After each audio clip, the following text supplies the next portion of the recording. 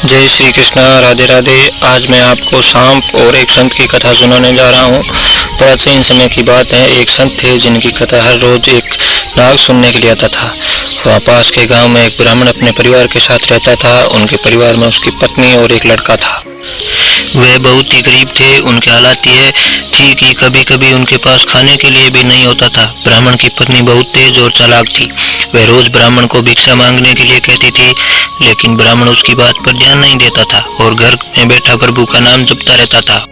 पत्नी के रोज रोज अपमान करने पर एक दिन सुबह उठा और अपनी पोथी पथरा उठाकर साथ वाले गांव की तरफ चल दिया। चलते चलते ब्राह्मण घने जंगल में पहुंच गया। अंधेरा हो चुका था, इसलिए ब्राह्मण ने एक पीपल के पेड़ के नीचे अपना आसन जमा लिया और प्रभु का नाम जपने लगा।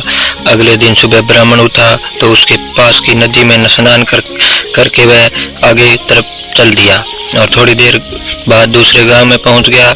उस गांव के लोग नास्तिक थे, इसलिए वे ना तो ब्राह्मण की कथा सुन रहे थे और ना ही ब्राह्मण को भिक्षा दे रहे थे। वह ब्राह्मण परेशान होकर वापस जंगल में आकर उसी पीपल के पेड़ के नीचे बैठ गया जहां वह रात को रुका। ब्राह्मण जिस पेड़ के नीचे बैठा था उस पेड़ की जड़ के नीचे एक विशाल नाग रहता था। ब्राह्मण ने सोचा कि मेरी कथा तो कोई भी नहीं सुनता, इसलिए मैं पीपल के पेड़ को ही अपनी कथा सुना देता हूँ। और ब्राह्मण अपनी कथा सुनाने लगा।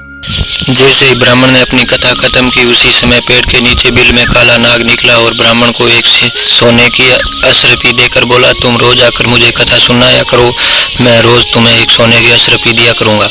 ब्राह्मण ने उसकी बात मान ली। नाग ने ब्राह्मण से वचन लिया कि तुम वह बात किसी को नहीं बताओगे और तुम्हारा सभी दुख दर्द भी दूर हो जाएंगे।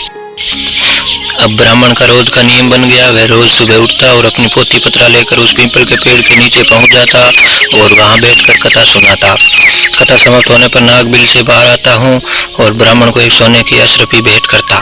देखते ही देखते ब्राह्मण खूब धनवान हो गया। यह देखकर गांव वालों में चर्चा होने लगी कि ब्राह्मण के पास इतनी संपत्ति कैसे आ गई। लगता है यह कोई गलत काम कर रहा है। ब्राह्मण लोगों की किसी बात पर ध्यान नहीं देता था, वह नियम से अपना काम करता था। एक दिन गांव की कुछ औरतें ब्राह्मण के घर आई और उसकी पत्नी से पूछने लगी कि तुम इतने धनवान कैसे हो गए? आपके पति रोज कहाँ जाते हैं और उनकी कथा रोज कौन सुनता है? औरतों की बातें सुनकर ब्राह्मण की पत्नी के मन में भी संदेह हुआ। ब्राह्मण जैसे ही घर में आया, उसकी पत्नी ने पूछा कि आपको यह धन कहाँ से मिलता है? ब्राह्मण ने उसकी बात सुनकर कहा, तुम्हें इससे क्या लेना देना?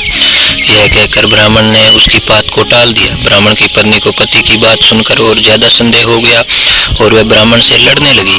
उसने ब्राह्मण को सब कुछ बताने के लिए मजबूर कर दिया। ब्राह्मण ने नाग की सारी बात बता दी, जिस वजह से उसकी पत्नी के मन में लालच आ गया और उसने ब्राह्मण के खाने में नशे की दवा मिलाकर अपने बेटे से बोली, बेटा पीपल पेड़ के पर जाओ और उस नाग को मारकर उसकी सारी संपत्ति ले आओ। ब्राह्मण का लड़का पोथी पत्रा लेकर वहां गया और पीपल के पेड़ के आगे बैठकर कथा सुनाने लगा। कथा पूरी होने पर वह नाग बाहर आया और उसको सोने की अशरफी देने लगा। तभी लड़के ने कुल्हाड़ी से नाग पर वार कर दिया, जिससे नाग की पूंछ कट गई। नाग ने पलटकर लड़के को डस लिया, जिससे लड़के की मौत हो गई। उधर जब ब्राह्मण उठा तो उसने देखा कि उसकी पोथी पत्रा गायब है।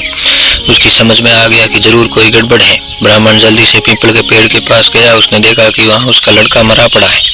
ब्राह्मण को देखकर नाग बिल से बाहर आया और उसको बोला कि मैंने तुमको कहा था सोने की अशरफी की बात तुम किसी को नहीं बताओगे। तुम्हें पुत्र की मौत का दुख है तो मुझे मेरी पूंछ कटने का दुख है। मैं तुम्हें श्राप देता हूँ कि तुम्हारी जो संपत्ति मेरी वजह से बनी है वह सब खत्म हो जाएगी। ब्राह्मण अपना सिर पीटता हुआ पुत्र की लाश लेकर वापस घर आ गया और अपनी पत्नी को बोला कि देखा, तुम्हारे लालच की वजह से